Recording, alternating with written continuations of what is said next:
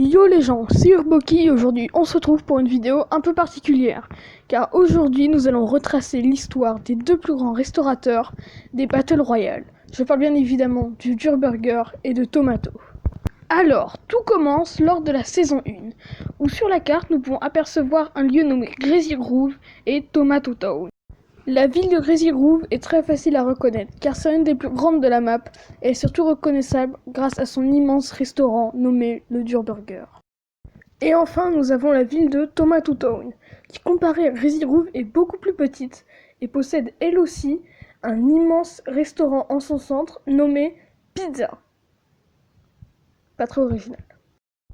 Mais bon, jusque-là beaucoup de joueurs se disaient que c'était juste deux simples villes qui possédaient chacune de simples restaurateurs, et qu'il allait absolument rien se passer entre eux. Sauf que... non. Et oui, car peu de temps après l'ouverture des deux restaurants, le Dur Burger ferme. Et pour cause, Tomato aurait mis des cafards dans la cuisine du restaurant. On le sait, car il a oublié de cacher une boîte de cafards qui était derrière un de ses minivans. Et malheureusement pour lui, le Dur Burger ne rouvrira jamais ses portes. Et malgré cela, il enverra quand même ses camionnettes un peu partout sur la carte. Et Tomato fera de même en envoyant lui aussi ses camionnettes non loin de celles envoyées par le Dur Burger. Même si en vrai on s'en fout un peu parce que Tomato il est meilleur que le Dur Burger. C'est après toute cette histoire que leur histoire va drastiquement s'accélérer avec l'arrivée de la saison 5. Et oui, car c'est lors de la saison 5 que la tête du Dur Burger disparut mystérieusement dans une faille temporelle.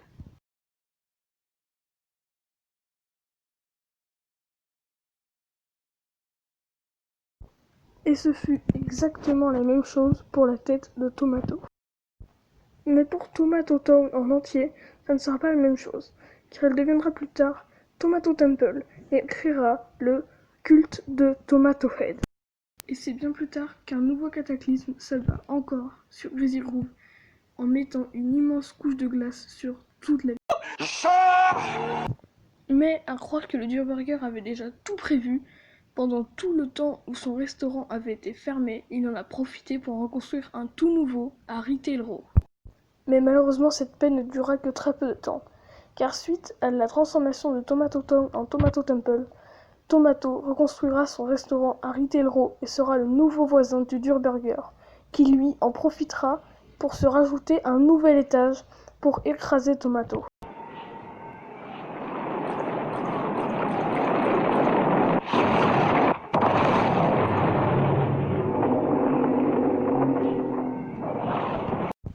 Ça y est, la saison 8 touche à sa fin.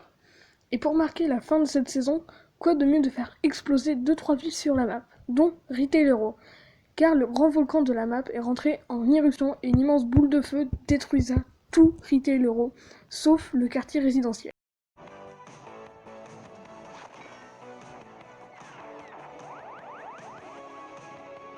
Ça y est, la saison 9 vient d'arriver et apporte avec elle tout son lot de changements. Tout d'abord, Tomato et Dur Burger ne sont plus à Retail Row, mais Dur Burger s'est installé à Neo Tilted, une nouvelle ville, dans un restaurant immense comparé à l'ancien. Et Tomato s'est installé à Mega Mall, l'ancien Retail Row qui était reconstruit avec un immense centre commercial. Et Tomato s'est installé à l'intérieur. Mais malheureusement pour eux, c'est ici, durant cette saison, qu'arriva leur plus grand rival. Meilleur que tout ce qu'ils ont fait. Je parle bien évidemment de la banane, leur plus grand rival. Elle a tout fait mieux qu'eux. Un restaurant immense au cœur de Neo Tilted en plus. Non, je déconne.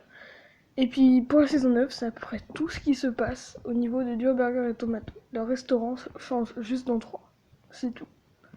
Et vous allez voir, à l'arrivée de la saison 10, de gros changements vont arriver.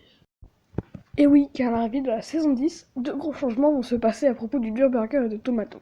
Tout d'abord, Neo Tilted se transforme en Tilted Town suite à une faille dans le ciel, ce qui réduira le Dur Burger à néant. Et le deuxième gros changement est à propos de Retail Row, qui est de retour mais avec des zombies du cube à l'intérieur.